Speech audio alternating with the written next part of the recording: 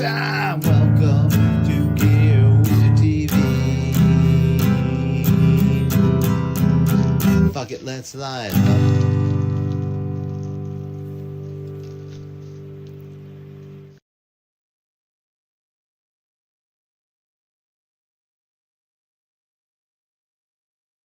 Hi, everybody.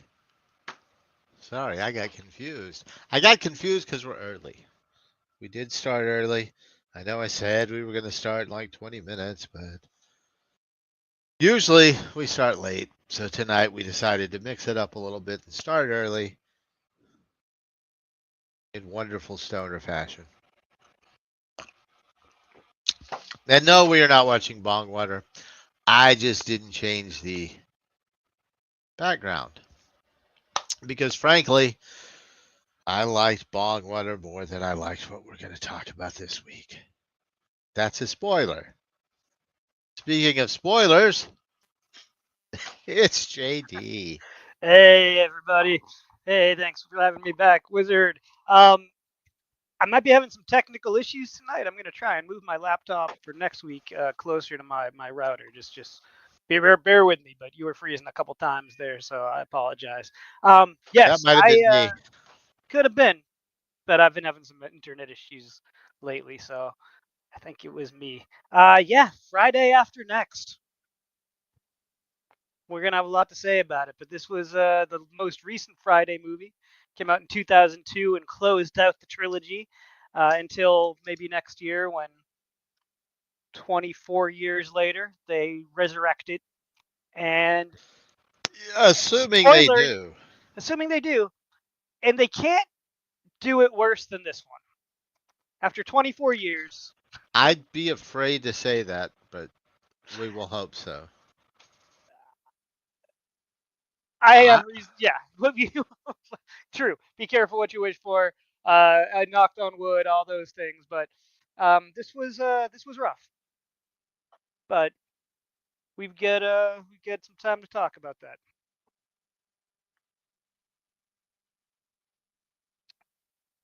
It had Terry Crews in his first major comedic film role.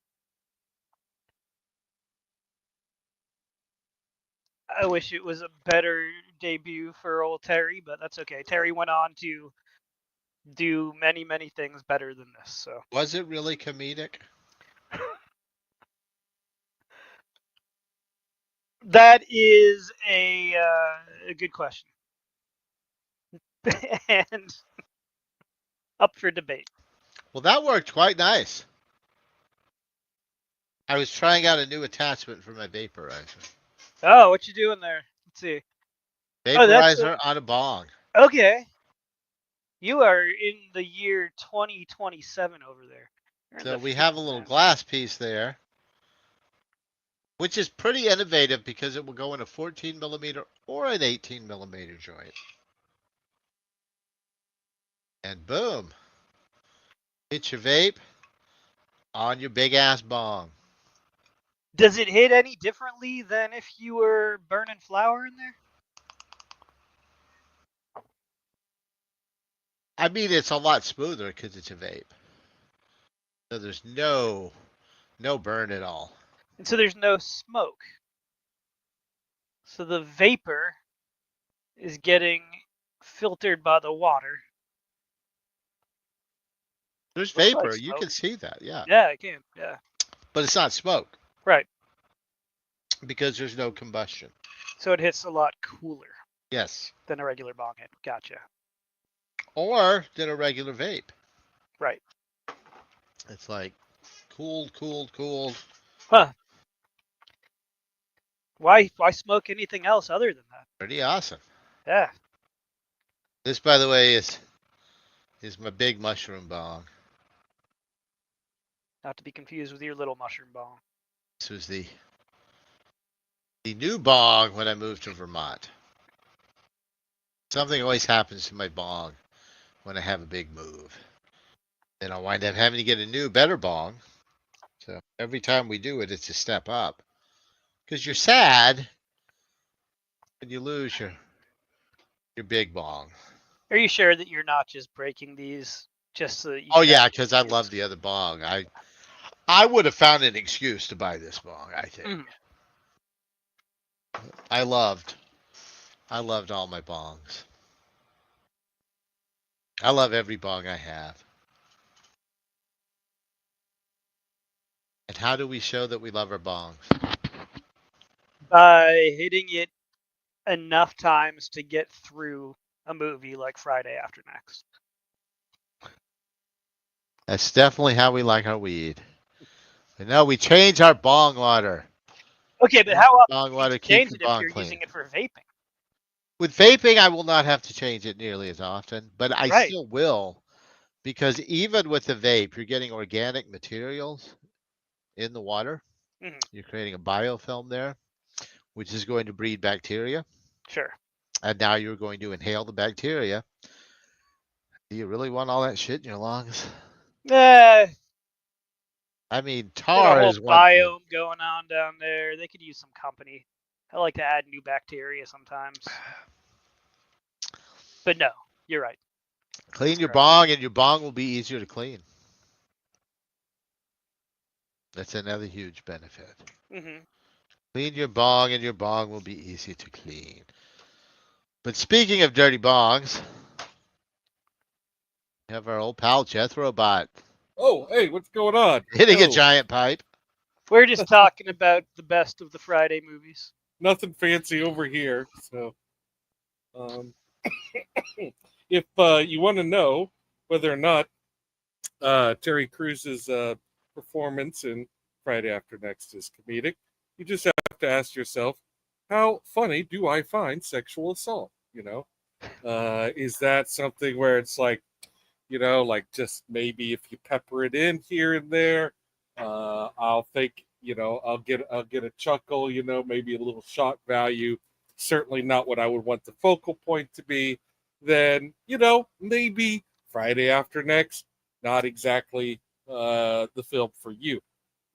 If you're like, oh my God, you know, Special Victims Unit is, like my comfort food.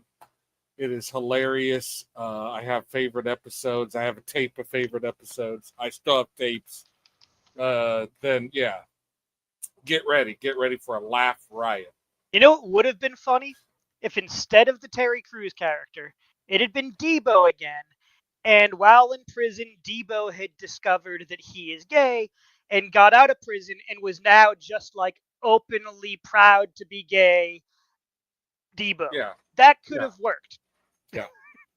But And I because have to I have to assume if Terry Crews returns for a fourth film, that is what they will do with this character. Is that they will just yeah, now make he's going to him, be married to a yeah, guy and it's going to be totally cool and a comfortable, non-assaultive. It's we're going to talk about Terry Crews in this movie, but this movie should have had more of a warning to it than just an R rating. I mean, it's you don't expect there to be that much sexual assault humor in Friday After Next. it's And really A little, it comes from a all little directions. bit. Yeah, it comes from all directions. Yeah, yeah. you're right. Exactly. Like there's Oddly pimping enough, and Terry Crews himself was sexually assaulted in 2016. wow, Like in way to real life. bring the room down. Yeah. I know, but it fit. All right, well, I'm gonna look that up later. Well, I don't want Terry, to, or You're else not I going to will. bring that up later, just out of the blue. No, I'm gonna have to look that up later because I'm curious Yes. now, but not curious enough to fall into a rabbit hole right this moment. So no. I was going to ask though, because I was reminded of it as I was looking this up for discussion. What is your favorite Terry Crews role? Oh, the cop show that I have not seen every episode of, like a lot of people. What's a the one with Andy Samberg. Well, I haven't seen the cop show, so Is he not on that show? Am I now? I don't know. I haven't seen said cop show Would that be Brooklyn Nine-Nine? That's the one. Right, Yes. yeah. Okay. No, he Get to is on second guess Brooklyn myself. Nine-Nine. Yeah, that's my favorite Terry Crews role. But I have not seen. Well, it's a good show, and there's like 8,000 episodes to it. So if you're looking for something to binge that's episodic that you don't have to pay attention to, that's a good one. Jethro Bot? It's not this film. You can just say that you aren't very familiar with the work of Terry Crews. It's I'm okay. not very familiar with the work. I wasn't either. That's why I just came up with the one thing. There is a video online of him tackling the current president, and I enjoy that. I enjoy that video very much. Nice. He's on Old Spice commercials, right? Yeah, his Old Spice is that it? commercials are gold. Okay. Yeah, they're Early hilarious. ones, not the current run, but early ones, yes. Oh, I already know. Can I guess the Wizard's favorite Terry Crews performance? It should be fairly easy. It's President Camacho in Yes. Idiocracy. Yeah. President Macho Camacho. Which I had forgotten that's who played President Macho Camacho, but I'm on Yeah, IMDb now. I don't think I realized that. That's Yeah. pretty rad, dude. That is a great performance. I love President Camacho. Oh, Absolutely. he's one of my favorite things in Yeah. the whole movie. Of course. And I I love love the movie. I love the way he stares at his head, you know. What's not to love? Idiocracy is kind of a stoner movie too, you know, like just to that it's you know, it's brand of humor. Yeah, there's kind no of like, weed in it, but it's you know, it's very yeah. much, I think, something you would want to get high and watch. Oh yeah. One of these days we'll have to have a discussion about how we want to categorize stoner cinema that doesn't even have weed in it, because there is a certain type of movie that fits the bill, and Idiocracy is on there, but I haven't figured out exactly what boxes a film has to check to sort of be a stoner film without weed. But Yeah, it's just starting to get into neurodivergent territory when you try to break it down that much. Mhm. well, we all That's live correct, somewhere in correct. neurodivergent. I mean, look at the crowd. Yeah. But you know, like Thanks. Ruben and Ed, I have always kind of seen as a stoner movie, and certainly a movie that like all stoners that, you know, see it, I don't know, just that seems to be the crowd that it attracts, and you know, there's don't no know that weed one. in that. Yeah, there's no weed in that movie. And then you have last week's choice, Bong Water, which Mm-hmm. has a lot of weed in it. Mm-hmm. Like it's a movie about weed at a certain level. Yeah. But you know, then it's also a slacker, romance, sad. It was the most 90s film I've seen in a while. It was maybe the most 90s movie I'd never seen. Like, it was just so... Did you watch the show or the movie last week, Jethro Bot? I did not watch the movie though. Sorry. It's It's In not a fact, stoner movie. I'd never heard of Bog yeah, Water. neither did I. So. Glad I watched it, but it was just very much like a 90s indie vibe film. Like, it just had that aesthetic. Like, I'm not surprised. Yeah. down. Yeah. Yeah. It's got the stank. Mm-hmm. I mean, we're looking at a character right now that's wearing one of those, like, you know, those pullovers that are made of carpet. Those fucking, like, my God, dude. You can smell that pullover, right? We all know what that Yeah. pullover Well, I smells mean, you know, like Julian, you know, I grew up going to a campus head shop, you know, that sold those. Mhm. Like, you know, I never owned one, but I do remember being at the head shop and being like, look, they, you know, like. I never owned one, but I wanted to. He's Like, got I one was right always here, you know. jealous that I didn't. You jealous? I was like, my mom would never have bought one for me. Oh wow, she is wise. Your mom sounds like Yeah. a wise lady. I She would have was. owned one, but I have a thing about Like I can't wear Itching? a hoodie that doesn't zip up Mm. I don't like because pullover. Yeah, I don't like the pullover. pullover thing. That's a I'm no-go. trapped. That's a I am no-go. trapped inside of that, and I cannot get out. Well, You know? I don't know if I have that dramatic of a feeling about it, but That's what it is for yeah, me. It's yeah. you are stuck in here, and you Mhm. cannot easily remove this. So you probably, I mean, did you get one of those like snuggly shirt blanket things? They were selling like hotcakes, like 10 years ago.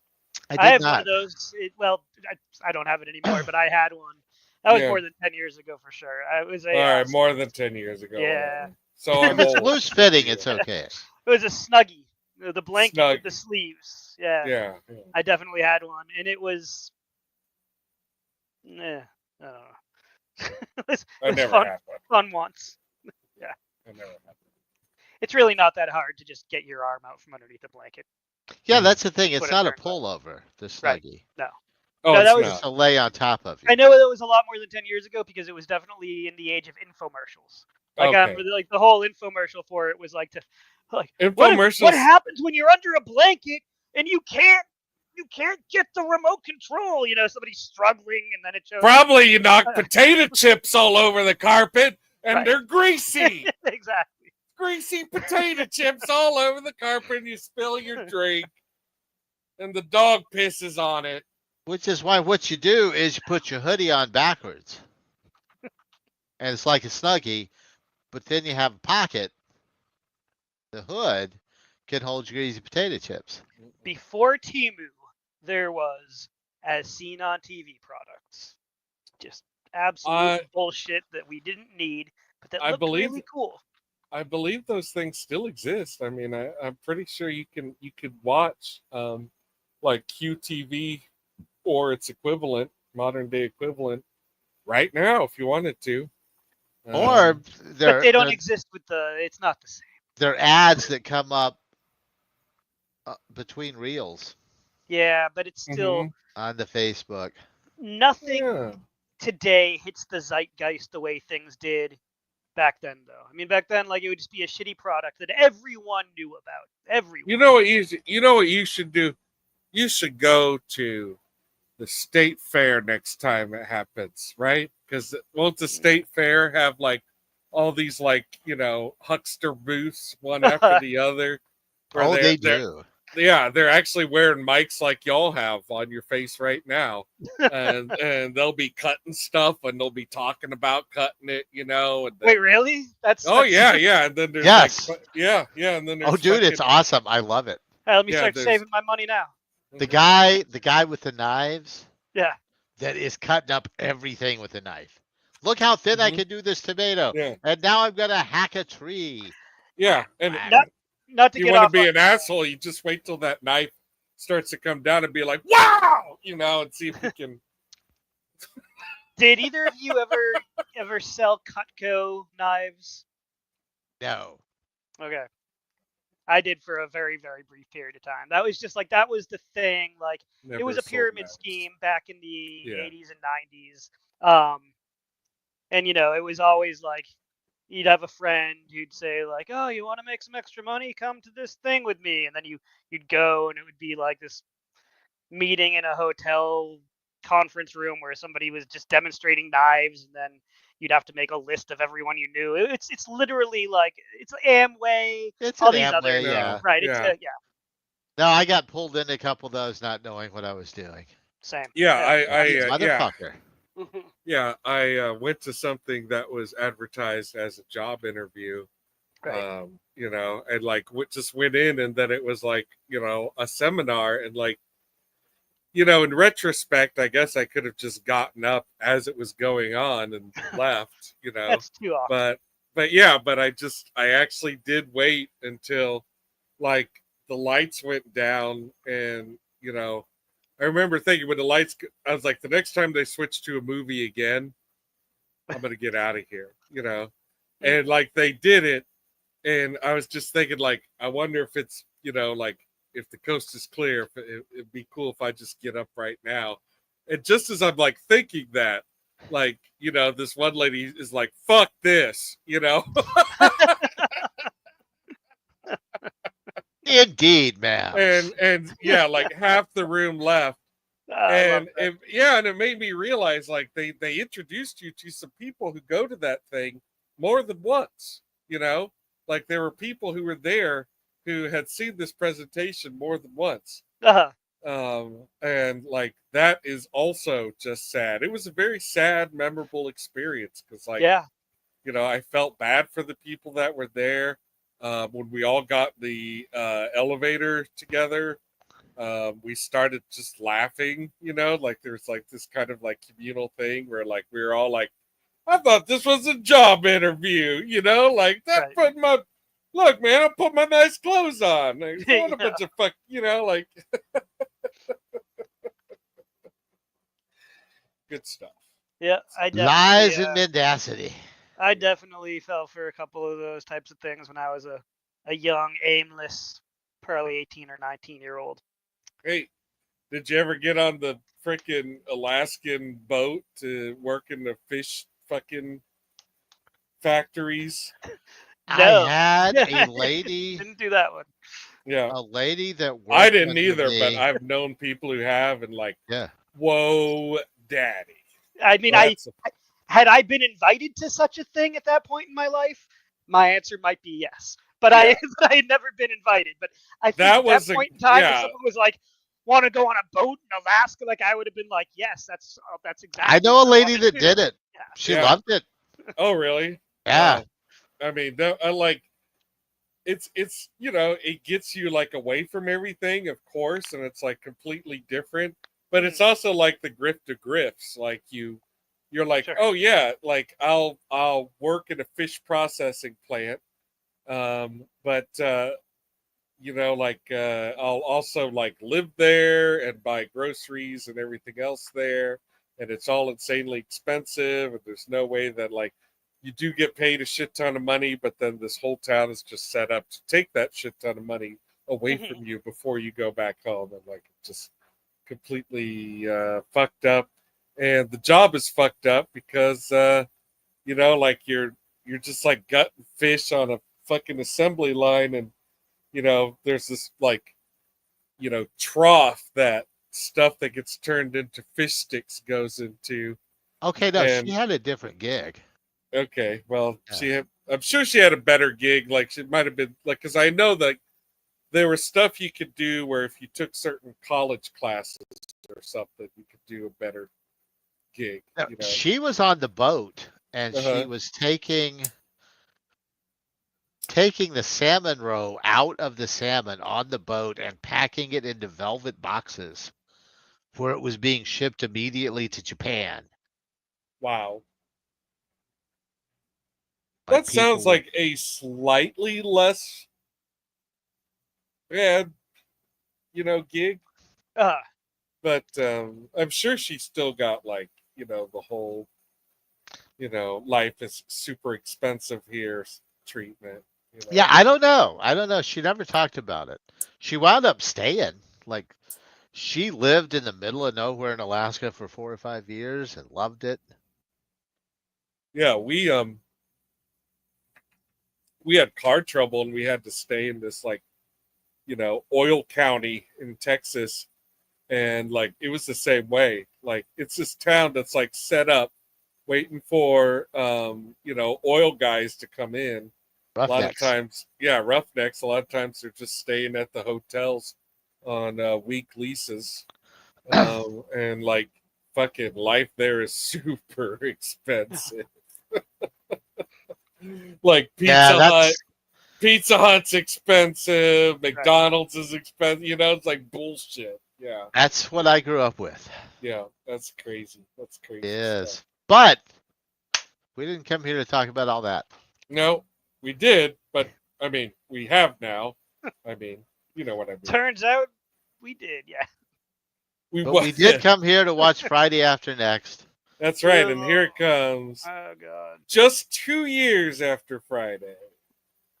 2 years after next Friday, Next but Friday, I think. Yeah, 2 years 7 after. years after the first Friday. And I was, I don't really understand why this is a Christmas movie. Like, it has Well, really nothing to do with Christmas. There's no big Christmas payoff, like. no, but there aren't a ton of like urban themed Christmas movies. So I do kind of I at least, if that was the idea, it was like, hey, let's do an urban Christmas movie because there aren't a lot. Like, cool, but this is the least Christmassy and the least message of togetherness. There's nothing Christmassy about this movie. Like you I said. would bet money that this is a Christmas movie has an excuse to put that motherfucker in a Santa Claus suit. Yeah. And they just worked backwards from there. Mhm. He's got a mask on. Right. What if he was in a Santa Claus suit? We set it at Christmas. Done. Well, it was 2002. I think Elf came out maybe around the same time too. I think it also just was a period where they were trying Christmas movies. That was a big I deal. feel like if they were trying at all to make a Christmas movie, there would be Christmas content of some type. Mhm. Yeah.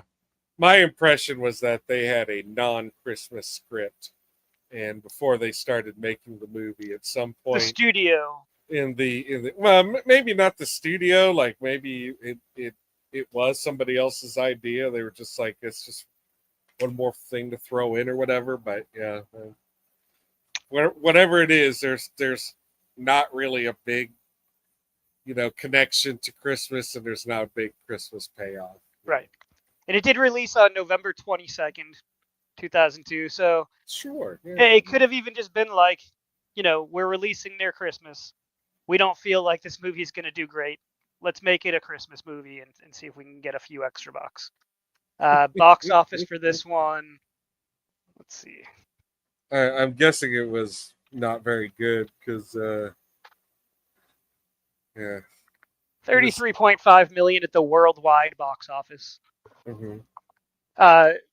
Which was apparently all domestic as well, though. Yeah, internet, very limited or negligible international release. Yeah. Still, you would think it made money. $10 million budget, yeah. Not a lot of money. It's a profit. I mean, once DVD sales and syndication and everything were factored in, yeah, it did okay.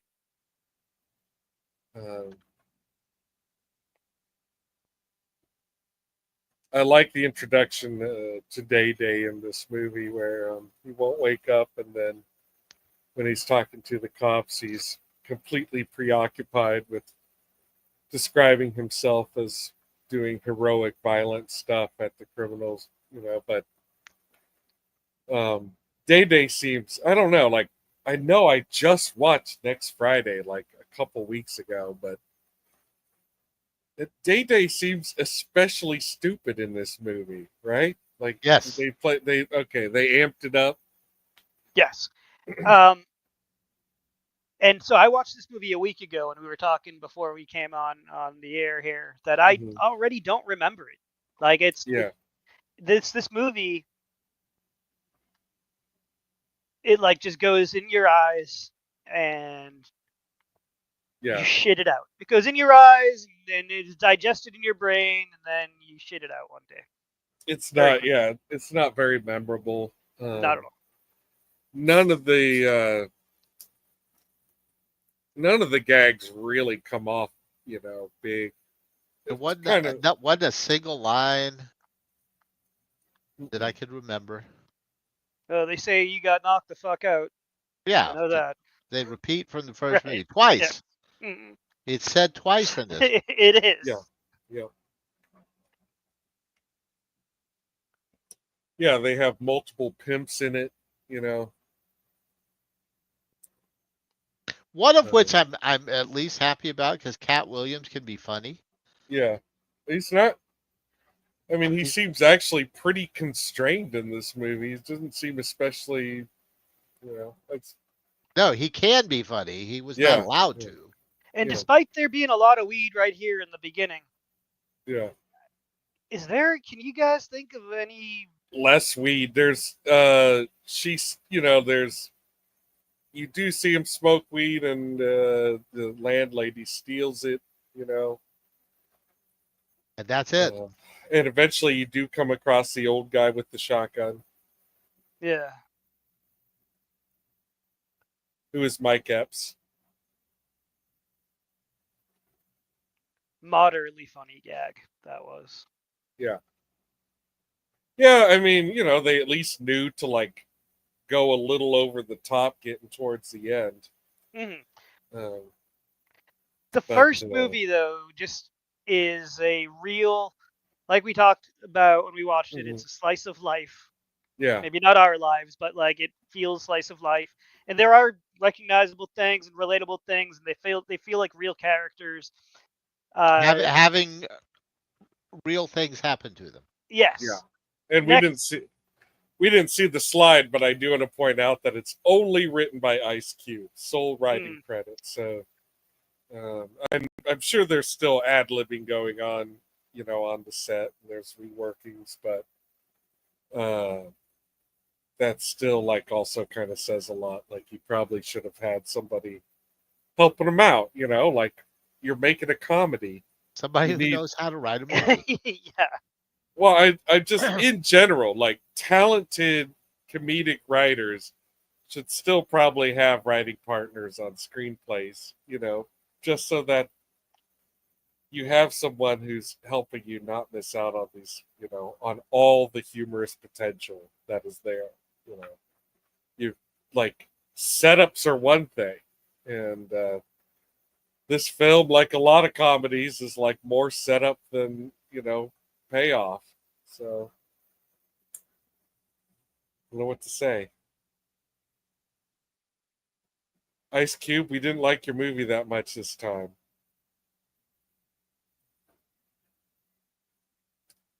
I don't think we're the first ones to tell him. No, these cops. The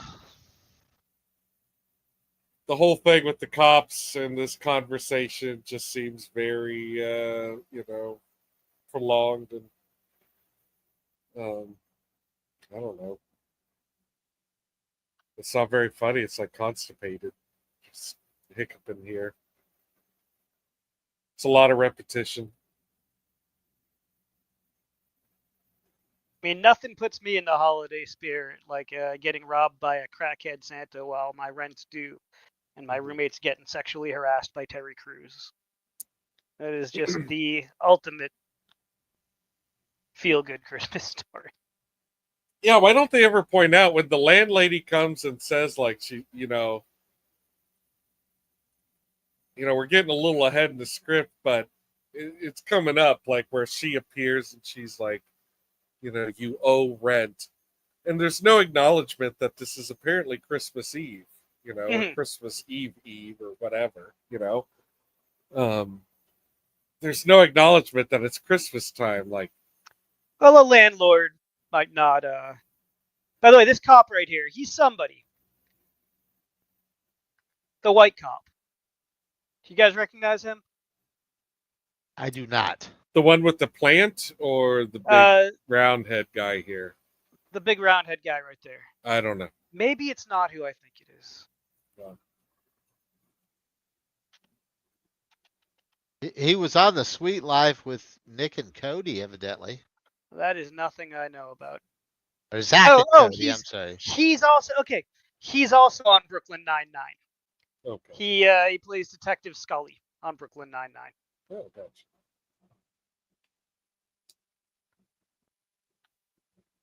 I do actually feel like Mike Epps is pretty much the funniest part of this movie for the most part. That is like a low bar.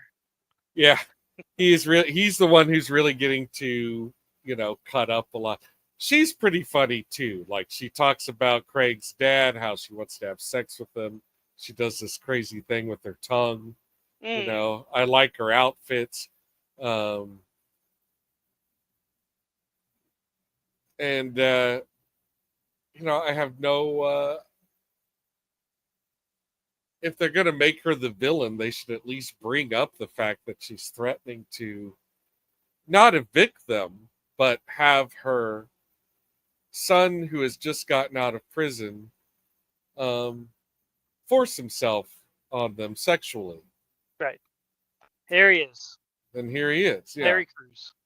This is the fantasy that they're having in their fear, the throes of fear, knowing that Terry Crews is, No, evidently Day Day's already been having. Day Day said I had a dream about him last night, and that was his that's dream. right. That was his dream. You're right. Yeah. Yeah. Which is an odd dream to have before you've been threatened. Yeah. Now, why isn't one of these two guys breaking off some to the landlady? Like it's their rent. Pimp out his dad to her. Oh, because she's older. Oh yeah, and they do drop homophobic epitaphs, and they also drop epitaphs against the disabled, like the epitaph against the homophobic epitaph is like the least of it, though. It's like it's pretty my bad. jaw was dropping. It's pretty bad. Yes, it is, but it's like it gets worse. It gets so much worse. Yeah. It essentially plays on like really old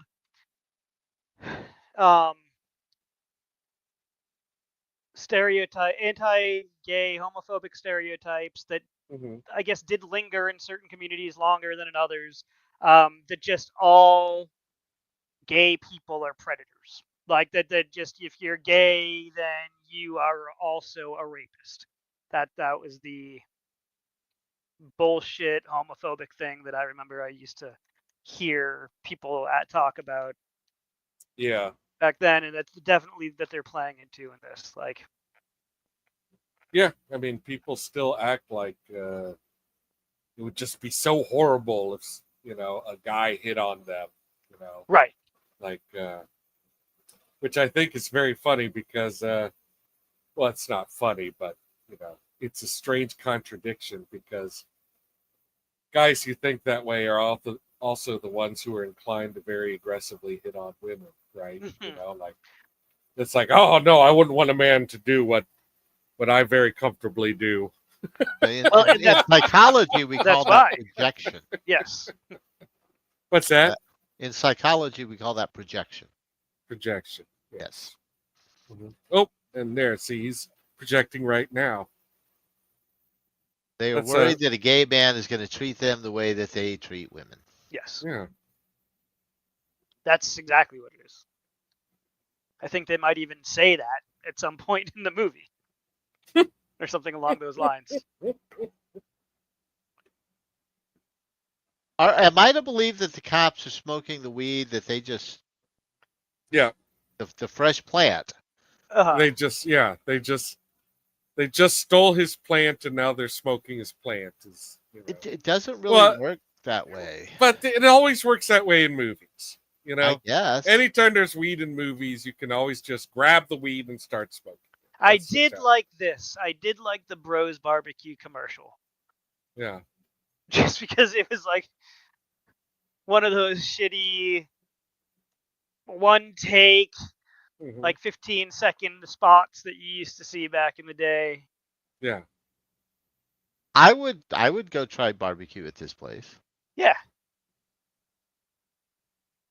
I like the strip mall setup, the new locations were all seemed like good ideas. Did they get into why they lost the house? Did they lose the house? Because they all appear to be back in the hood here. If they explained it, I missed it. Okay. I don't think they lost the house, no, because it's just that these two live on their own. They don't want to, it's a different time.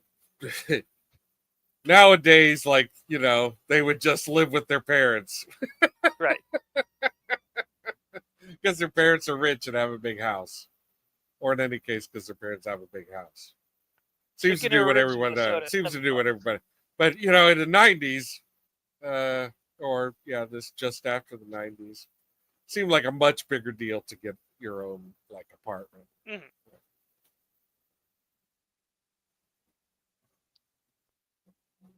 And it was, financially possible.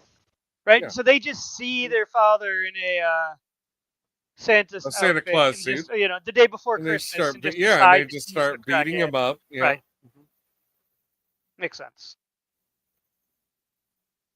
Also, like just in general, the 25th of the month is a weird time, specifically For to rent be to be like, due. okay, now this is the straw that broke the camel's back. Well, maybe she's going on vacation. Between Christmas and New Year's is a sort of a void of time. So Mhm. maybe she's about to get on a cruise ship the next day. I don't know. You're right. Rent usually is not due on the 25th or 26th or. Oh no, it's late. No, I mean it's late, but like, wouldn't you usually wait like at least a month Oh, okay. Well, late before you really start bullying? Like we to don't know that just it's not 2 or 3 months late, do we? well, if it's 2 or 3 months late, then again I have to emphasize Christmas. Weird time to be like, all right, now we're done. Like I mean, just when do say, you need money? Like, just say it. she needs money to go buy Christmas gifts. She's not getting her money because these guys won't pay her rent. Well, it's Christmas Eve. If she was counting on their rent to help her buy Christmas presents, It's too late. now who's the procrastinator? I'm just saying she's put up with it for a long time, and as a Christmas gift to herself, I she's would going to not do get it. rid of these freeloaders. Yeah. I would not be a very good tenant. I'm glad that part of life is glad I'm not a renter anymore.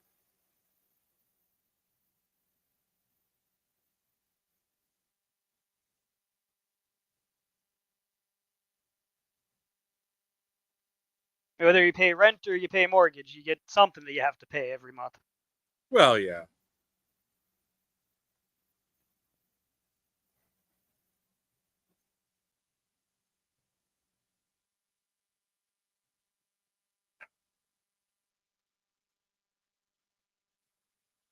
And we introduced the grandmother character in this movie. I completely forgot that. You're right. Does she have any funny moments that I'm blanking on right now? No, I mean she's really just kind of in the background. Yeah. Like And this movie seems to think that like people complaining is just inherently funny. But no. and did Pops always have a stutter? It seems like his whole character is like more cartoonish in this one than he was in the Well, first movie. yeah, I mean everybody's a little more cartoonish in this Sure. one. Like check out this character Moley, who has a grade F donut shop, and it just everybody's like just overdone. Mm-hmm. Like I said, it has multiple pimps. Like, Little anti-Semitic, the Moley character. yeah, well, they don't want to leave anyone out. Like that's in a movie like this. That's how I start to just take that stuff. Right. It's like, oh, like, well, of course they do this too. Uh-huh. They're doing everybody. Right. If you Everyone make fun of everybody, it's not so bad. well, sometimes. I mean, that's not a. That I is won't say that. the No, I thought. that won't is say their that's line of offense. thought, I'm saying. Right. Yeah, but yes, yeah, you're right. That is the train of thought. I'm I'm sure. not necessarily advocating. But it's always more telling too, because it's not. It isn't that they included everybody. It's that they included everyone they thought to include. So they're Oh, really yeah. like kind of divulging a little bit more about themselves than perhaps they mean to. But yeah. Sorry, Ice Cube. We just didn't like your movie. Yeah, it's been 23 years. I hope that he's over it. Maybe that's one of the reasons why he's wanted to wait so long for last Friday, and to really get it right. Yeah, or maybe after this movie, nobody was going to fund it. Well, I It don't know, did because like okay. you said, like Yeah, no, it did all it, right. you know, but No, it actually. Well, I looked. According to Wikipedia, it made 33 million. okay, yeah. I mean, So that's good on a 10 million budget. Yeah, I also 33.5 million domestically. Opening weekend of 13 million. I also have to say I don't know where that $10 million went.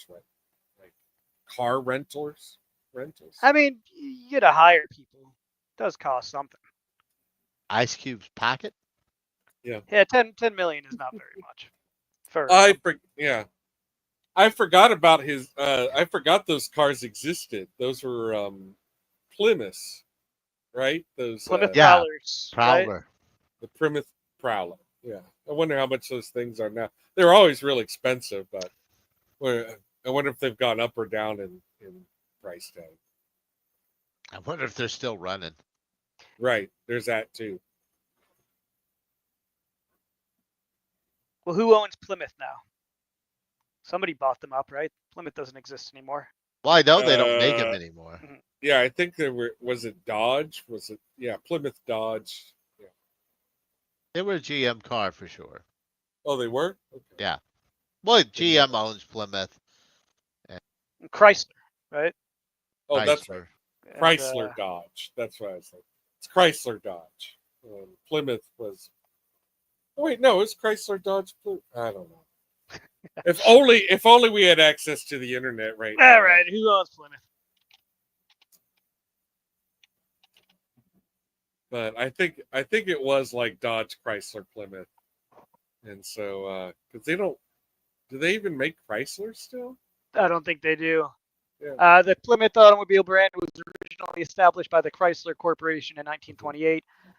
Remained part of Chrysler's lineup until it was discontinued back in 2001. 2001. Yeah. The PT Cruiser continued as a Chrysler product. By the before way, a Chrysler stopped. used Prowler is going to run you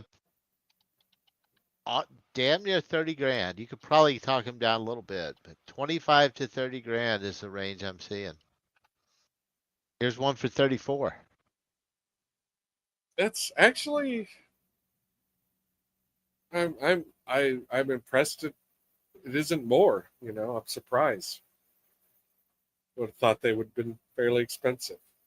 They had I can't imagine they had much of a run, right? They only made them for a few years. And you didn't see that many of them. Yeah. So When you saw one, you definitely noticed it. Yeah. Yeah, they were cool. I had a coworker who drove one. There's a lot of Cybertrucks in Austin, and like when the Cybertrucks first started rolling out, like you could not look away. It just looked so unusual and out of place. It's still and now, nah. Now you see them and you're like, eh. Yeah, no, I mean in a because bad once way, once the charm wears off, they are kind of ugly. Honestly, I don't think they're particularly. Oh, they're ugly as hell. I always the first time I saw it, and I think that at this point in the game, if you own one, you're an asshole. Like, I'm sorry to somebody if you know someone who owns one, they bought it before. But if you go, I will say, if you buy one now, if you go and buy one now, you're an asshole. Go buy. There's so many other electric trucks that you could buy that are significantly better that don't support. Yeah, I'm not saying I'm not speaking in defense, but yeah, I wouldn't call them an asshole just on the ownership of a Cybertruck.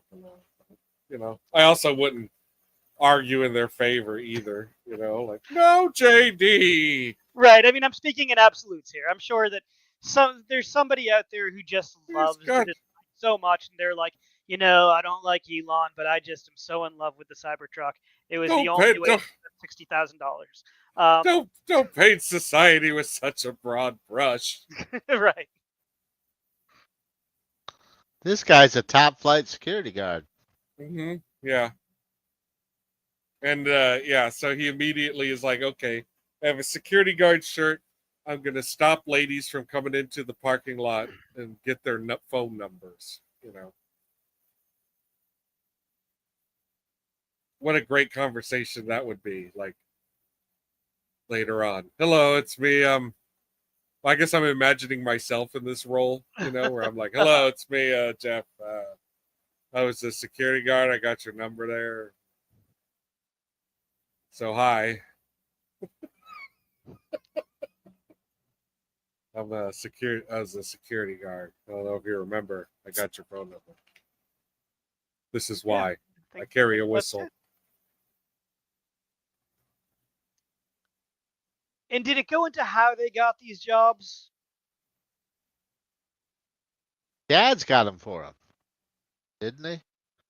I don't know. Because they're working in the strip mall. And here's a weird scene. Yeah, they apparently work for Holy Moly. Yes, that is who they work for. Like he it seems like he owns the entire strip mall, perhaps. Yeah, I got that vibe. But who wouldn't want to own a strip mall? The most ghetto strip mall that there is. Just hiring two random people for security. Oh, it's not the smartest businessman. It's certainly not the worst. I don't know. It's a pretty bad area that they're in. It just looks grimy. When they're up on the roof later and you see the whole, it's not a great place. Yeah. You have any info on what the location was where they shot this? It seems like they filmed it on location. Yeah, it does. Yeah. Yeah, it seems like they picked out a building, but Yeah. See those kind of buildings all the time. Yeah, I would own one. I would feel bad having a check cashing station, as a client. Like those places those are not good places. Yeah, the strip mall is Carson Plaza, 1540 West Carson Street in Torrance, California.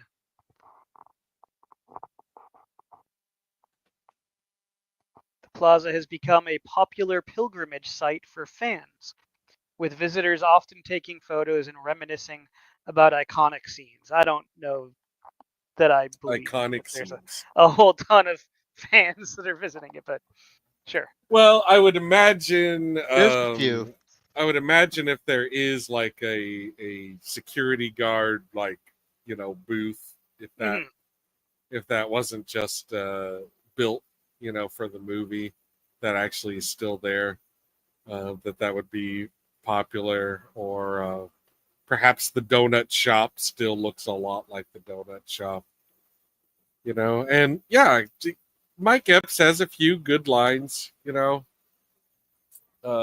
Ice Cube is really playing the straight man, so he doesn't Probably get a lot got of jokes. is a bunch of people doing a Friday Mm-hmm. scenes thing, and so you might as well throw in the other movies too. Sure. I don't think you got a Friday the 3 is the best movie ever. I'm gonna go to the strip mall.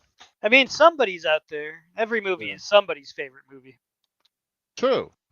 There is some family out there that this is their go-to Christmas movie. Every Christmas they gather around the tree, play next Friday or Friday after next, and they quote it. They love it. Can't wait to see Terry Crews. Mm-hmm.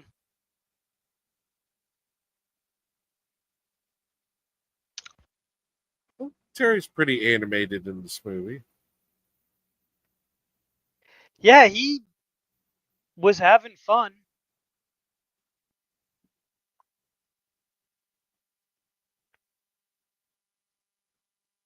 I wonder what he did before this. I think this was his second role, but what was he? Was he an athlete? His second. I think it was his fourth, but a couple of them were uncredited. Okay, he was in the NFL. I thought that might have been the case. Yeah, Terry Crews was in the NFL for 6 years. Drafted in 1991, 11th round by the Los Angeles Rams. He played for the Rams, the Chargers, the Washington football team, the Philadelphia Eagles, and then he played in the World League of American Football for a couple of years. Yeah, not unusual hmm for football players to become actors. You know,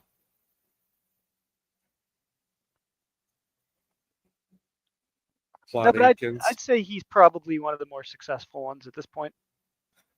There's been a few, yeah, but there Yeah, have he been, did well. yeah, Terry Crews. I think I mean, there was another really big football. of our current Yeah. generation.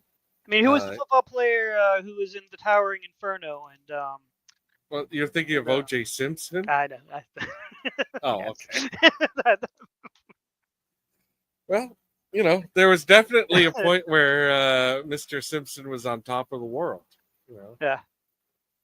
And then when he wasn't on top of the world, he was still at least Naked Gun. He's still able to be in the Naked Gun movies. You know that he Don't was. talk shit about Naked Gun, my friend. I'm not. Oh, I'm okay. saying. Naked I'm just Gun's saying great. that. Like he was still even when he wasn't like the toast of the town. Yeah. He still like he was still staying relevant and having fun. He was supposed to be the Terminator. I learned that very recently. And the studio didn't want him because they didn't think anyone would believe that O.J. Simpson could be a violent murderer. True story. He said, "I'll show you." Right. Well, that all right. Good factoid.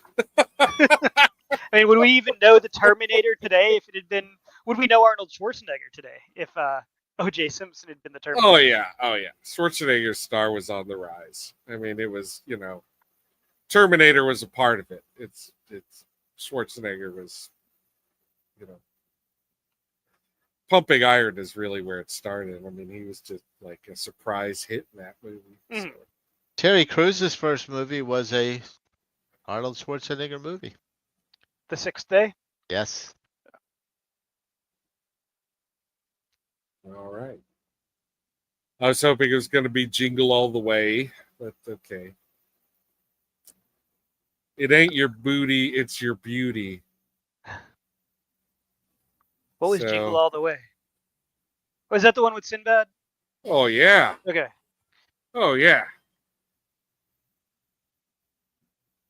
I've seen it, but not since the 90s.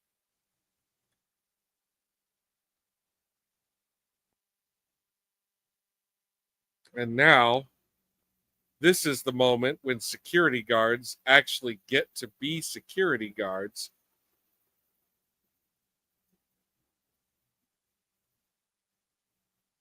When a pair of ill repute enter the clothing store with she's pretending to be pregnant.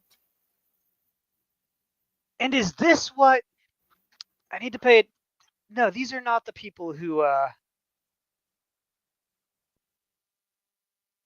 they're running from at the end.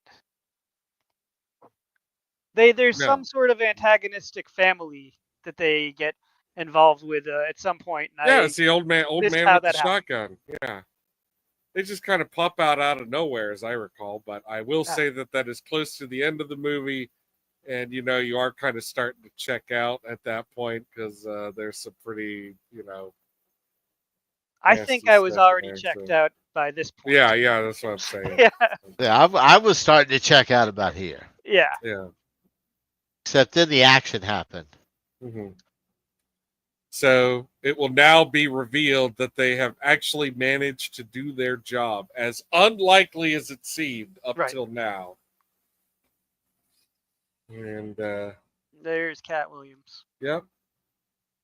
And yeah, Cat Williams is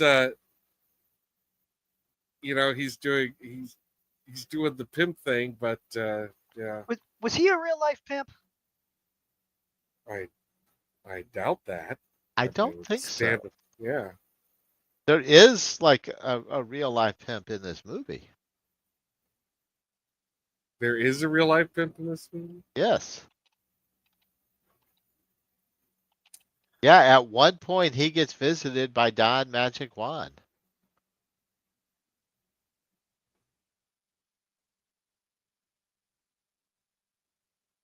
Who was an actual pimp. I enjoy this prancing conversation where they talk about the difference between prancing and bunny hopping. John Witherspoon is still he's still got it, Yeah, he does, but He's still pulling it off in this movie from time to time. He has his moments. he stole the first two movies, Yeah. and he just wasn't doing it for me so much in this one, which is a bummer because I really did like him a lot in the first two, but I just thought it was tired for me by this point. Sorry, John. You were the best. Rest in peace. Yeah. So Cat Williams was in a couple of stand-up specials, the Pimp Chronicles Part 1 and Pimpin' back in the mid 2000s. But he was not an actual pimp. And he adopted the So it nickname was Money part. Mike for this. Oh, so it was Bunny Mike. Yeah. So it was part of his act. Yeah. Oh, okay. Yeah, he kind of always played a pimp, like Yeah. on stage.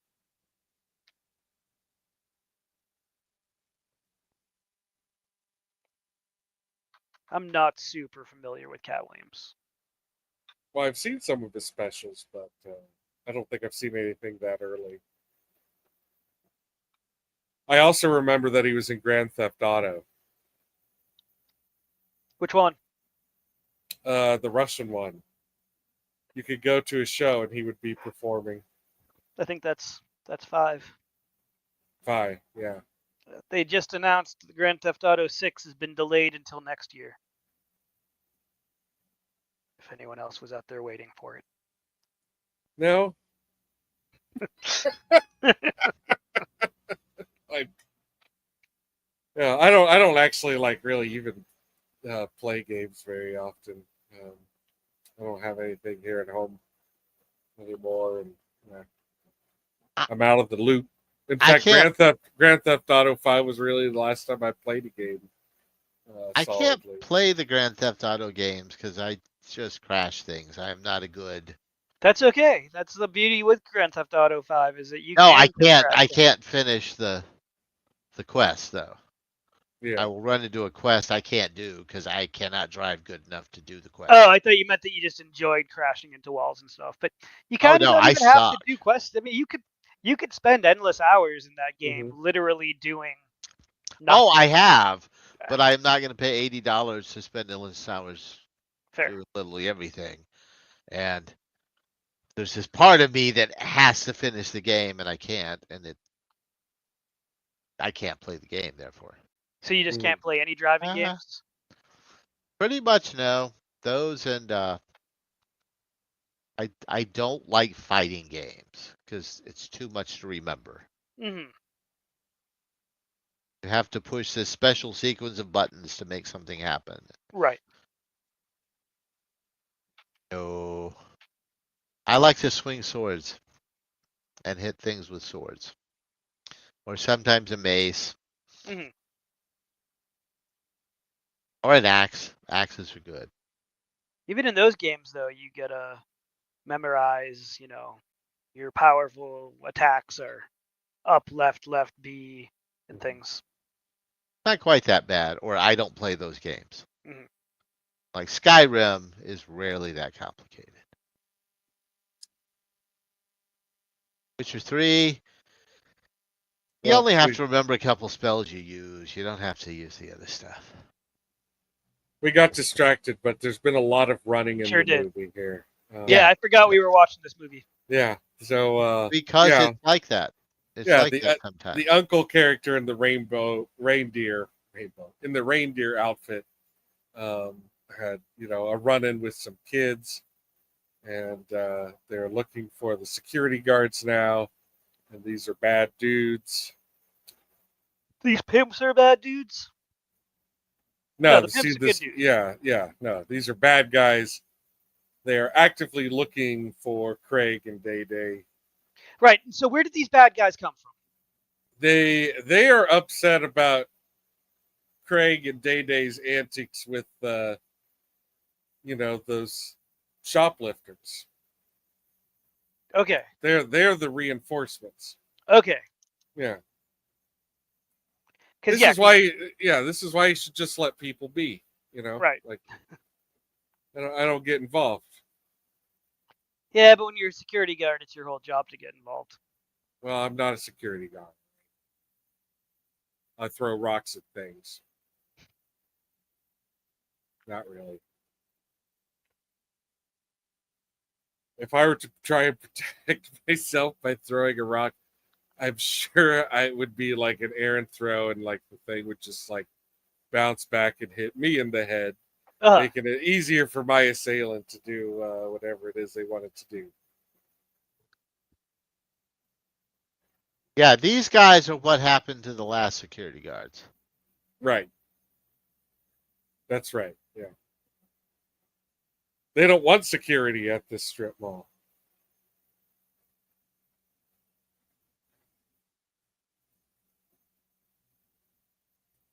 They've escaped. They're throwing away their security shirts. Right. Because no one's going to recognize them with their matching white t-shirts and security pants. Yeah.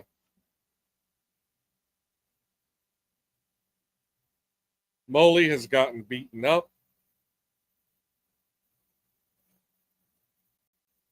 Everyone's making fun of him. That's what friends do. Oh, you've been hurt. Is this the first time that you got knocked the fuck out is used? Yeah, yes. They get to it later, but yeah. Because it's a much bigger punchline the second time you hear it. Right.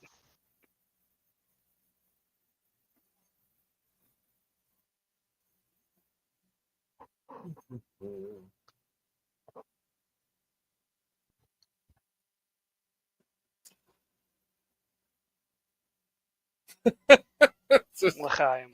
There you go. Yeah. John Witherspoon still gets great faces. Yeah. It's a wonderful physical actor. It's just everything is just more. It's like Ice Cube or whoever directed this movie. That would have been.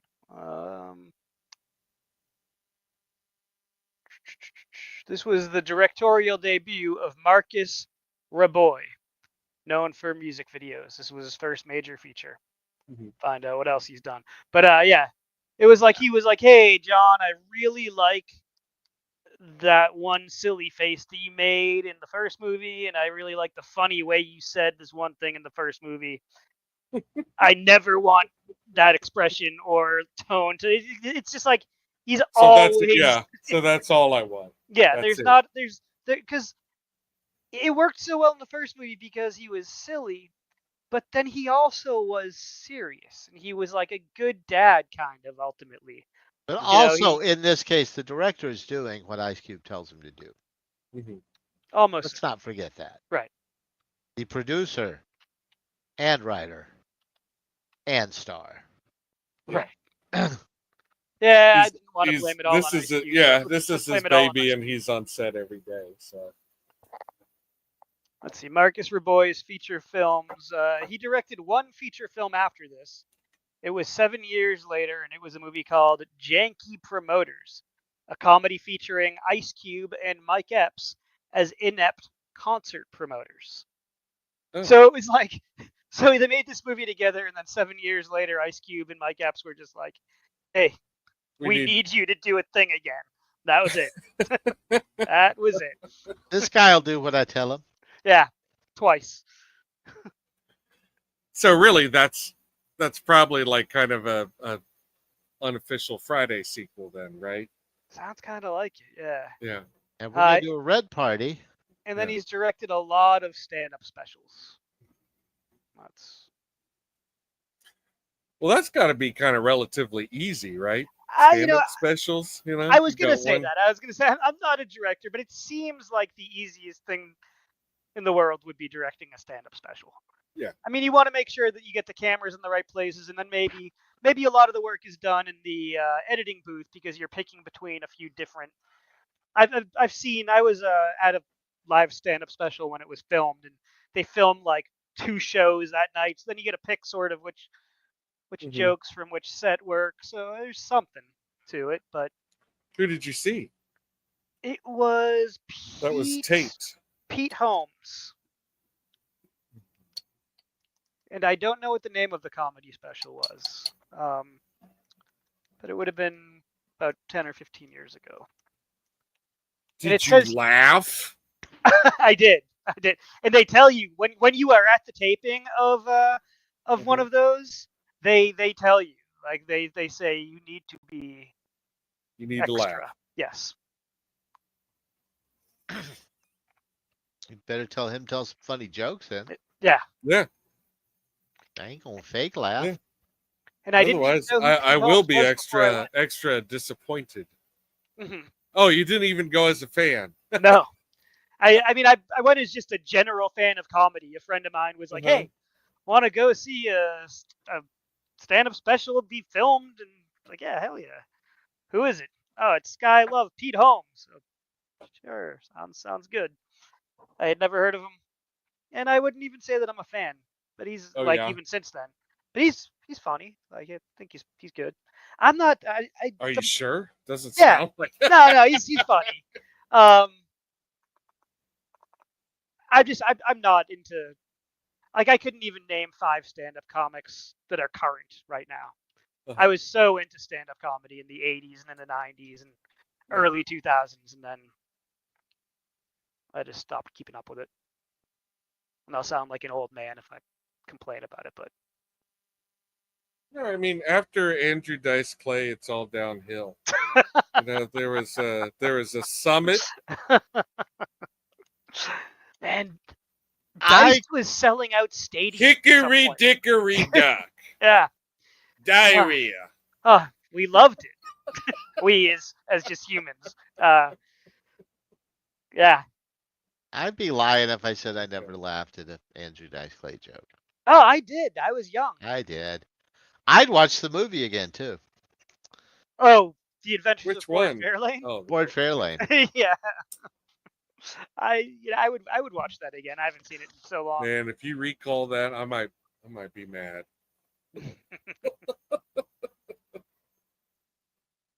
And so now we get a little Cat Williams. Yeah. We Cat saw his Williams butt. Yep. Dude, every Williams time you butt. get Cat Williams, you get a little one. Right. He's a small man. All right, so here it goes. So here's where it starts. So Terry Crews is in love with Cat Williams, and just has a thing for him. So he decides to corner him in the bathroom. Yeah, he's just gonna force himself on him like they do in prison. You know, like just go ahead and do that thing. And Day Day's decided to be a pimp. Yep. He's decided to take up pimping, which actually seems like, you know, of the options available to Day. I don't know a lot about pimping. I mean, I know it ain't easy. That's what they say, which makes me feel like it is easy. And they just so I'm thinking Day might not be up to it. No, the Godfather said pimping ain't easy, and I believe him. But that's because he didn't want everybody else doing it too. Pimping ain't easy, trust me. You don't want to do this. It isn't, because you have to be violent towards women, and you have to exploit women, and then you also have to be violent towards, you know, strangers, squares, people you don't know at all, you know, and you also have to like keep up a front so that other people aren't just, automatically violent towards you. And I you're, couldn't pull the you know, fashion off. yeah, Sounds like a lot of work. you have to be a monster. Um, we just recently lost Wings Hauser, and he's a fantastic character actor that really got to rage in some main roles from time to time.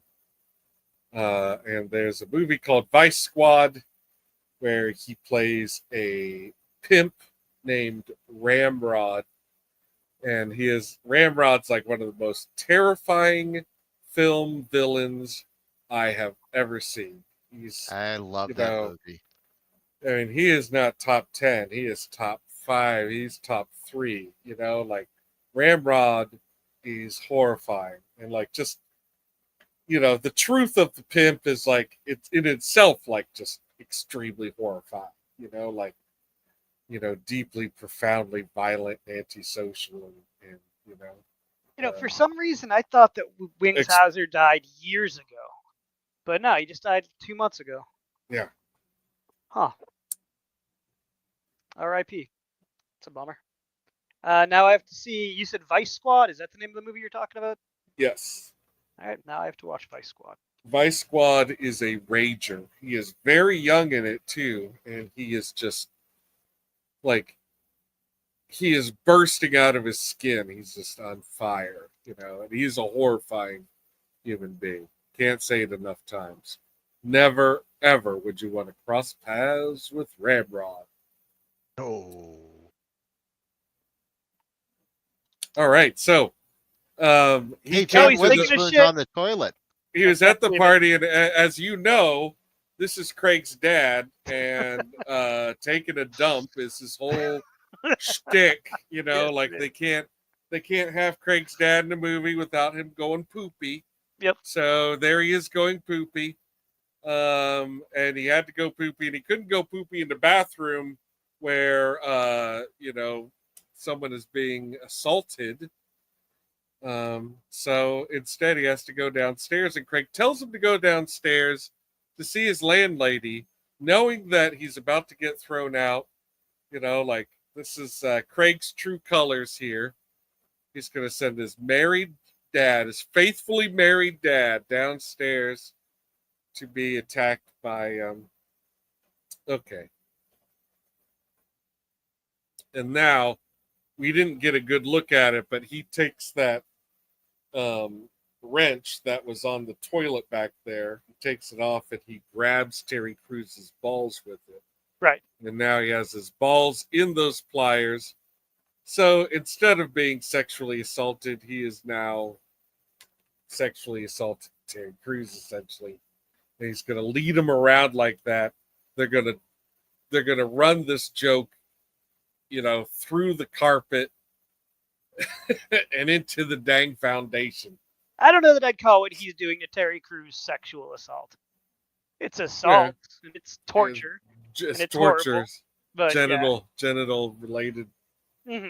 But in any Definitely case, genital mutilation. Yes, for yeah, sure. let's not. I think we can all agree on genital. I don't. mutilation. Yeah, I'm not sure. I'm not sure we have to split hairs here.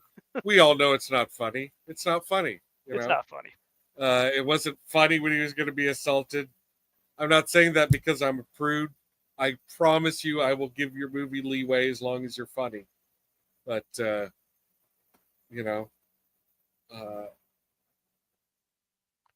my It's balls also with just- a vice. That's not funny. No, this like if this movie were funny, it would still be asking a lot. What bothered this me would about still be difficult to live with. it's just stupid though, too. Yeah. It's stupid.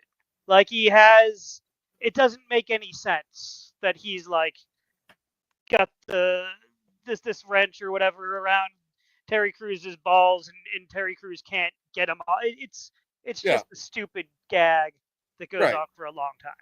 Yeah. Way too long. Yeah. They just drag it out and drag it out.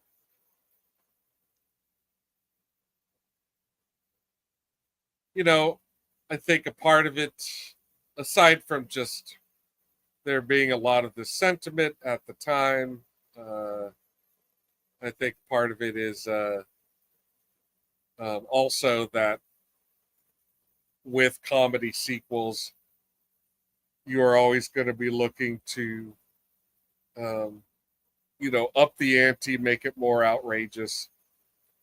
And,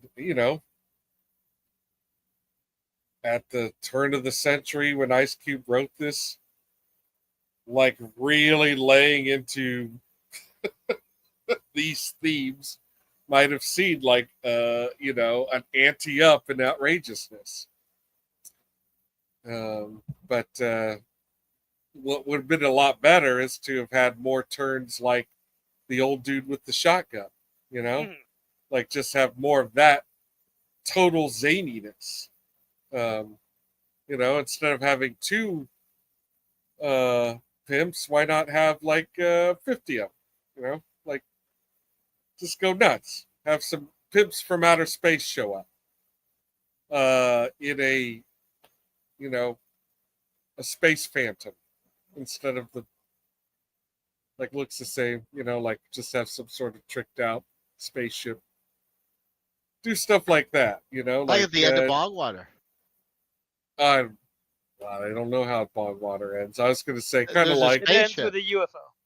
kind of like what they do at the end of next movie, how like next movie just really cuts loose in its last 5 minutes, just kind of goes nuts.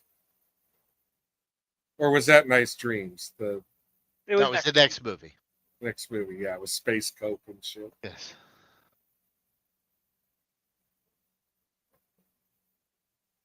And so they then, found yeah, the second Santa. they return to this guy, and like, he's been masked the whole time, so I thought they were either going to reveal that he's been a character in the movie all along, or that he's some celebrity that you recognize. But he's neither of those things. There's nothing behind this like unmasking reveal. Like it's just, oh yeah, Neil Patrick Harris all along. yeah, there he is, the guy who's stealing from us.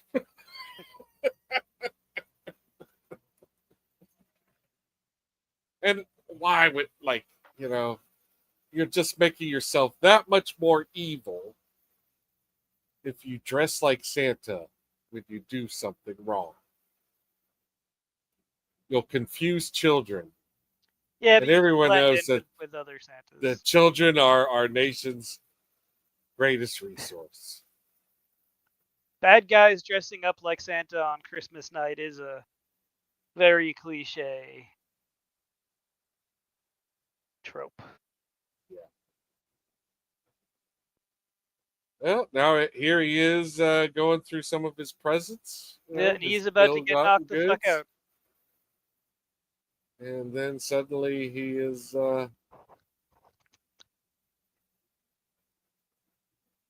he's going to be on the receiving end of Craig, who is, part of Craig's character is that he is extremely good at beating people up. And, then you have Day Day, and, part of Day Day's character is that he's incapable of helping out.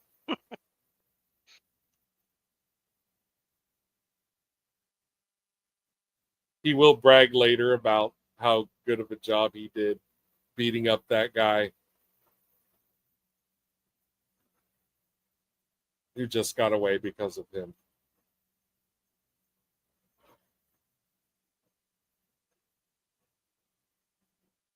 And I think the first time I watched this a week ago, I think I turned it off right around here. I didn't even finish watching it. No, maybe it was maybe a few minutes later. I did finish watching it a couple days ago because I was like, okay, I need to see how it ends. But that is how, like, I don't think I ever do that. Like, get within 10 or 15 minutes of a movie and just say, I don't care. But I got to that point with this movie where I was like, I don't care. Well, that's a shame because, like, here's the crazy guy with the shotgun. I did and he's see just this like, part. yeah, he's just like busting through stuff. I thought was okay. Yeah, that's what I'm saying. Like, yeah, the last few minutes of this movie, like, just kind of start going in places where this whole movie could have, it probably would have been a much more popular film if it had. But Yeah, all the anti-gay stuff is just really aged poorly. And honestly, in 2002, you know, it's It was pretty. at that point it's now like outdated in its broadness. But yeah, I think that what was happening in 2002 was that you were starting to see there still weren't like that was before Brokeback Mountain, still a few years before that. So like you weren't really seeing a ton of representation yet, but you were starting to, and so I think that the pendulum, because of that, like I think that you got some real mean-spirited shit like this that thought that it could be like I think almost like the sort of budding acceptance of it was like giving license in some ways to be um more negative. I don't know. Nah, I don't want to give it that much credit. yeah. It, Okay, but I'm saying I think that the early 2000s were more homophobic than the 90s. In the 90s, I just think that we didn't talk about it that much, and because it was being a thing that I'm not giving it credit. I'm doing the opposite of giving it credit. I'm saying like I think that it was like because it was now something that we were talking about, it became okay to shit on it, and like yeah, like it's purely punching down.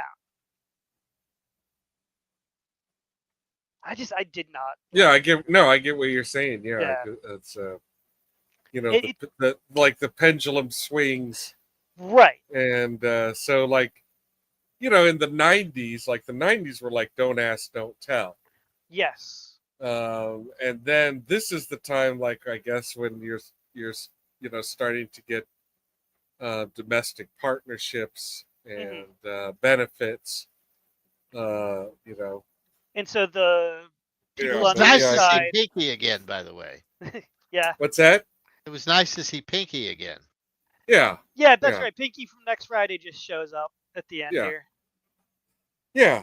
And by the way, there we go. Here they both say he got knocked the fuck out. They for anybody that might be wondering out there, why isn't Roach in this movie? It's really sad. I don't want to bring everybody down, but Roach could not be with us for this movie.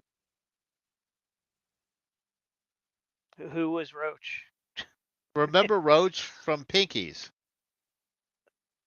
The white skateboard kid? Oh, yeah. Okay. Did he die? That was Day Day's friend. He committed suicide. Oh, my goodness. He took his own life at the Bellagio. What a shame. Of all places.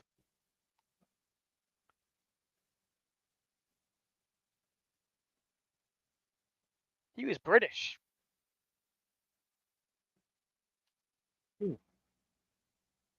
He only had 3 roles or 4 roles.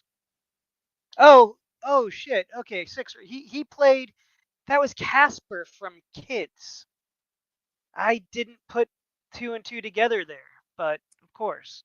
I wouldn't recognize anyone from Kids. I saw that when it was new, and once, like you see Kids once. Yes. But I remembered that Casper from Kids had committed suicide. That was I got you. All right, and then we're at the end. So yeah, so man,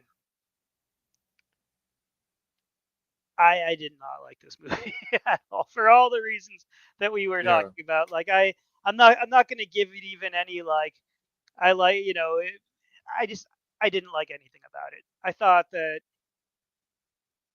sure, like you were saying, maybe there could have been a good film in there somewhere if they had thrown the script away and made a completely different movie. There could have been a good Third Friday movie had they brought back Smokey. Had they tried to make a movie with some sort of heart and some sort of character development and some sort of actual story like the first movie had.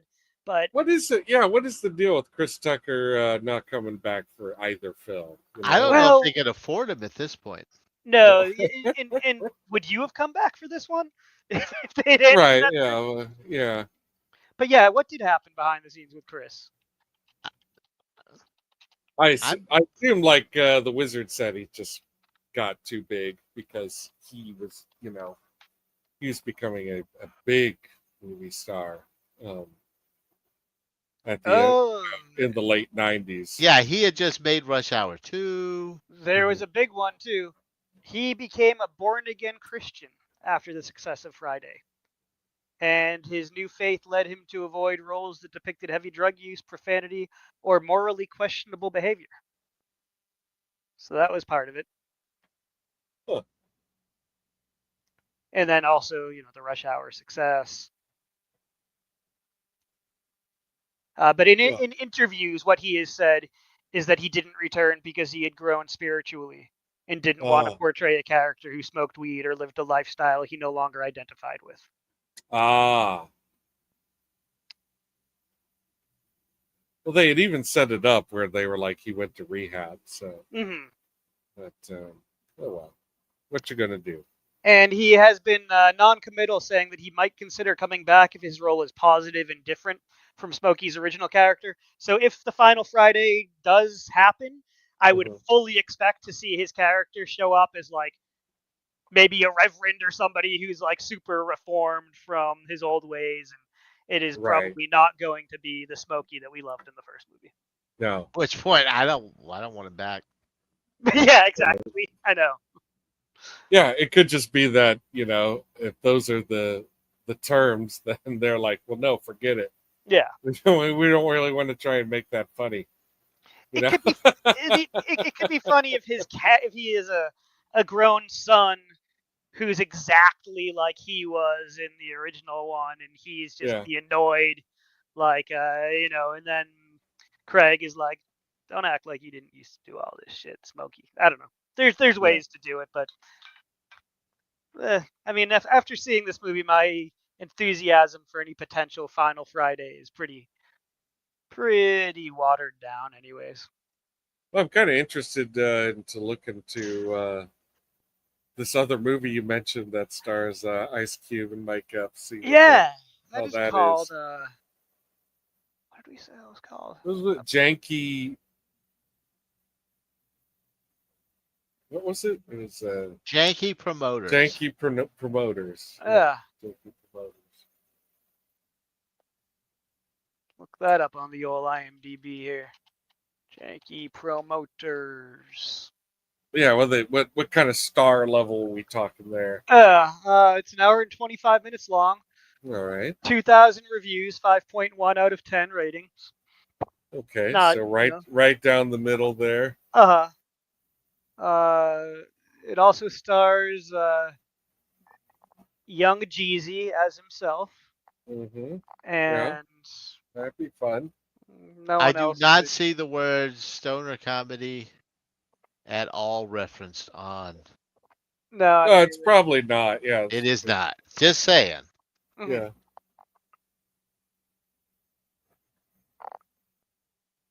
But just seeing these guys work together again, because they did not continue making more Fridays. Which, as long as you drop all that homophobic crap, I would have been all right with. Yeah, you're right. Friday after next really makes me appreciate next Friday more. Absolutely. I had the same thought many times while I was watching it. Like, I didn't think that I really loved Next Friday, but Next Friday is a masterpiece next to Friday After Next. It's definitely a downhill progression. Yeah, let's hear everybody else's final thoughts, though, because I think my hatred for this movie is strong. We know. Well, I wouldn't say that. Go ahead. I see no reason why anyone should have not seen this to go out of your way. It is not worth watching. Yeah, Friday is a masterpiece for what it is, and if you really feel like you want more Friday, Next Friday does a good enough job of giving you some more of what you wanted. Lower your expectations, but totally worth watching. Yeah, and then stop. There's no need. This is not one that you would like. You're not going to show this movie to anybody younger than 40 or whatever, anyways, and like expect them. It's just so. Yeah, I couldn't recommend this one to anybody. Yeah, I mean, it is aged poorly. I don't think I found it quite as worthless. I like I mentioned, I think some of the extra characters are really, they more understood the assignment. Mike Epps and I'm sorry, I don't know the name of the actress who played the landlady, um, and a few other folks here and there. Of course, John Witherspoon is fun, but overall, yeah, it's a disappointment, and the stuff that they're doing with Terry Crews' character, it's not real entertaining. I don't think I realized that Terry Crews' acting career has quite been so long. Yeah. Like I didn't know that his first role was in The Sixth Day. Like that's like, wow, that's 90s. So just to give, because I do agree that actress who played the landlady was talented. Her name is BB Drake. Mm-hmm. She was in House Party, Mm-hmm. Boomerang. She was on the show Martin and the Wayans Brothers. She was in Space Jam. Um, and she is still alive, 84 years old. Has she retired or It is she still seems like. working? Yeah.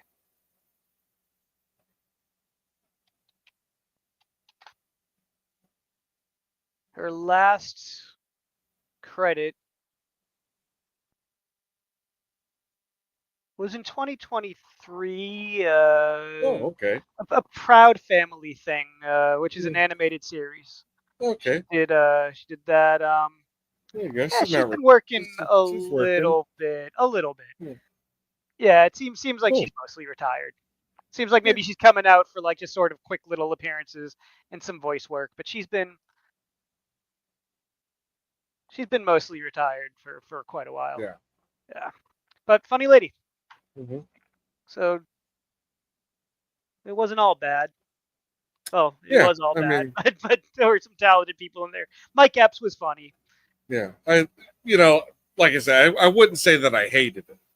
It's the lesser of the three for sure, Uh, and like it's got a lot of stuff that you know was hateful at the time, has only like really aged poorly. You know, like this yeah, is like you know I don't know you're just about lucky you're not getting canceled over this stuff. Like people dredging up. Look at this movie you made 50 years ago. You're a horrible human being. yeah. I like You to think know, that maybe we're beyond that, like beyond canceling people for roles that they portrayed 20 years ago. Um, yeah, because I haven't. yeah, but I mean, you never know. Like it's always like, You never do know. you know, I mean, if and Terry Crews it wanted does to run it. for president, Yeah, it also makes me wonder if oh like if people decide on um like more on like your actual personality, like there's still some sort of like insider decision on who gets canceled and who doesn't. yeah. But I don't know. I It's don't. just I the don't reason for my care. hatred of this, right? Uh, it just ultimately comes down to it just felt so mean. Like the Yeah, movie was just very mean. feels really. Yeah. It hasn't been very funny, and it has had a lot of conflict, so it already kind of lives in that world. Yeah, And then as it's there's more and more action getting towards the end, and it introduces the whole like sexual assault running joke. Yeah, it's real hateful, and I think it probably would have come across as real hateful at the time that it came out. But if it didn't, it didn't take too long for it to start coming across that. And hateful or not, though, Yeah, it was a comedy yeah, yeah, that wasn't funny. yeah, Right, which is the biggest sin of them all. yeah. You know, if you put the squeezing your balls in a wrench thing in an action movie or a horror movie, Yeah. it serves a purpose, Yeah. but it wasn't funny. And if it had lasted for 5 seconds, if he had like done it and squeezed and then like let go and then ran, but like he's just like leading them around the party, and then there's the scene where like it's like the Indiana Jones thing where he has to switch the the statue on the pressure. It's like he's with Craig, like, you have to grab this at exactly the right time. I'm gonna let go. Yeah. There's like so much of If that. if you had created a prosthetic pair of testicles that came out of the pants and were in the vice grip, and then he like pulls them, so it's like like a couple Stretch feet, Armstrong. a couple feet of scrotal sack, just like like that. That would have been fun. Right, just that sounds like a like a Farrelly Brothers type of gag that could have worked, yeah. But no, I didn't laugh. No. yeah, I don't think I once. would have laughed at a fake pair of balls in the Stretch Armstrong ball sack gag. That would would have got a laugh. I would have been ashamed of myself, Oh, we all know but how I to would make have Jeffrey laughed. about laugh now. Yeah, I think maybe it would have been funny if those two characters could have just kept kicking each other in the balls. If it's one thing that is always funny in movies, it's getting kicked in the balls. Always. I always say, like, when Disney comes out with like a live action movie, it's a live action Disney comedy, and it's not rated G, it's rated PG. The PG stands for pass gas and punch groin, because that's what's gonna. Those are the adult situations that get it outside of the G sphere. You're probably right about that. And that was a whole line of movies in Idiocracy, Oh yeah, wasn't it? Guys getting kicked in the balls.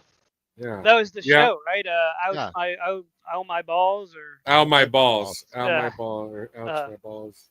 yeah, To bring it back to Terry Crews. right. That's right. That's right. Yeah. So Jeff, we speaking will of all go. We will Idiocracy, all go and have some butt fuckers. Jeff Bot, you Mhm. are potentially also in that rare group of people saw Idiocracy in a theater. That's true. I actually went to see it more than once. It was at the Alamo Drafthouse, South Lamar. I think they had it for a few weeks, and I want to say I saw it more than twice. I only saw it the once. But they made a big deal about how it was, like helping out this kind of buried movie, and I wanted to throw money at it, and also it was fucking hilarious. Oh And, God, it was so funny. I think every time I went, I had someone who hadn't seen it with me. So, but I want to say I saw it, at least 3 times. Hilarious and depressing, all at the same time. I love I love Burrito Supreme. It's been so long since I've seen it. Is it Burrito Supreme or is it? Yeah, it's Burrito Supreme, right? Yeah. I don't even know what you're. It's the name of the character. So long since I've seen it too. Which character was that? I can't remember.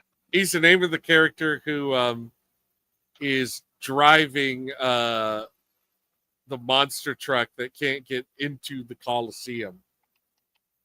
He has a flamethrower. He's a beautiful man. Hey, it's Black Lives. How you doing, buddy? Thanks for coming out, man. Good to see you. Beef Supreme. Beef Supreme. All right, Beef Supreme. Yeah, by Joey. Black Lives. Yeah. Beef Supreme's a great guy. I really enjoy his presence in the film. I mean, I'm a huge fan of Idiocracy. You know, for me, Me, it's what plants crave. It's just great fucking movie. give me some Brondo. Yeah. Um, Well, that well, brings up the question: Yes. what's next? God, just anything to wash this taste out of my mouth. I don't even have well, any suggestions. they smoke a joint in 9 to 5. I've never seen 9 to 5. Is that with Dolly Parton? Is that the one? Yeah, Yes. Dolly Parton, Lily Tomlin, and don't tell me. I mean, does it? Dabney Coleman. Well, I know Dabney Coleman, but there's a third woman. Well, I didn't want to embarrass you. Dolly Parton. I said Dolly Parton, Yeah. Lily Tomlin. Oh, yeah. Who's? Now I'm not a blank. I would happily watch 9 to 5. I don't know. Jane Sally, Fonda. Jane Fonda. Jane Fonda, of course. How could you guys forget Hanoi Jane? Of course. Come on. She's probably the one who brought the weed. Probably is. Yes. Yeah, I mean, As that's a much movie as that I I've would love to always watch been it curious again, I don't know if it really qualifies It doesn't qualify. as stoner cinema. It's a No, longer one too. So that would be They're not potheads. They just that would be a they different. just party. Then what are we thinking? We could go a totally different direction, or we could go back and do the other two Harold and Kumar movies I forgot all about that we Harold have and not Kumar. done. Well, 'Cause yeah, we did jumped the right to Christmas. Christmas. Yeah, Oh, we did the Christmas. So there's also we can Fast go in Times at reverse. Ridgemont High, which I haven't seen in a long time. Yeah. And How High with Method Man and Redman. I've never seen that. I have never seen that. I would very much like to. Pineapple Express might be fun to watch at some point. Haven't seen it since it came out. Yeah, I haven't seen it since it came out either. And yeah, would be a good one. I've also never seen all of The End, so that would also be a good one to check The out. End? And yeah, their End of the World movie. Oh, This Is the End. This is the end. Yes. Okay, yeah, where they all play. I have not seen that. Oh, that's a fun one.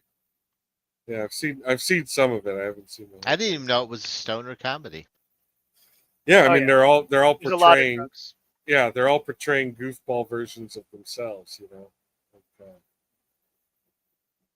they're all who they are in real life. Would you call Tenacious D and The Pick of Destiny a stoner film? I don't know if anyone ever actually gets high, but yeah. But by our definition of this is a fun movie to get high and watch, fuck yeah. Hey, we get some good suggestions there then. I could watch Pick of Destiny anytime. I have a prop when we watch it. How High? The reason why I was leaning toward How High, but it came out in 2001, so it's right around the same time as this, and it's another urban one. And so I do want to see that, but I kind of want to give it a little space maybe, so it's not just feeling conflated with the Friday movies. So why don't we do Black Lives? Do you have an opinion?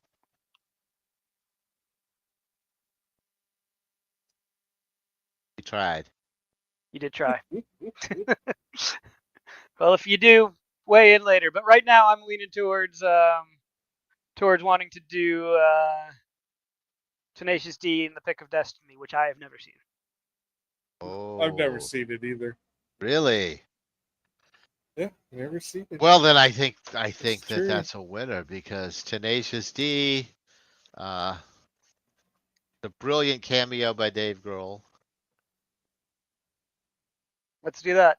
Also on this list is one that I forgot existed called Soul Plane, which has Snoop Dogg as a stoned pilot. So Soul Plane's fun. You've seen that one? Long time. But Alright, Pimp, Tenacious D sounds like a winner. let's do it. I'm surprised you've never seen that Jethro Bot. I just assumed that I was like You in the know, total minority for not having seen it. I have listened to Tenacious D and just kind of not really been like super into their music. You know, like it's good for a mixtape. You know, like you put one of their songs on a mixtape. Ah, You know, that's a good way to kind of shake things up for a minute or two. But I would not sit down and listen to a whole Tenacious D album. I don't know if I would really want to see them live, although I'm sure they do put on a good enough show that. you're hurting the wizard's Honestly, feelings. no. The pre-fame Tenacious D show, I think you would have enjoyed. Post having an album, it's a totally different vibe. Hmm. And no, I don't think you would enjoy. I was kind of bummed, Oh yeah. honestly. Yeah, because having seen them back in the day, it was a totally different experience. Mhm. And I don't think it worked nearly as well. Well, that's too bad. Well, I have an ill-planned social engagement that I have to go Yes, attend. you All have right. to go. Folks, we will see you again in 2 weeks. We Mhm. will not be here next week, for I have a civic duty to attend to, and I'm not sure that I will be Oh, home on time. guilty. Wow. Are you doing Wow. jury duty or? No, it's a Oh, nighttime thing. I might be back on time if y'all want to try it, but I'm not going to promise. no, let's just Yeah. take the week off. Give me more time to watch and digest some Tenacious D, and then we will be back in 2 weeks. No, it is a town meeting that no one will be interested in, Oh, well, but I got to going. go help a neighbor. Sounds like a plan. All right, everybody. We will see you then. Reminding you, as always, To seriously, change your bong water drink and bong like and water. That shit's subscribe. nasty. Mhm. It does get that way. And with that, we will see you in 2 weeks. Smoke a joint, light up a bowl, and bye for now.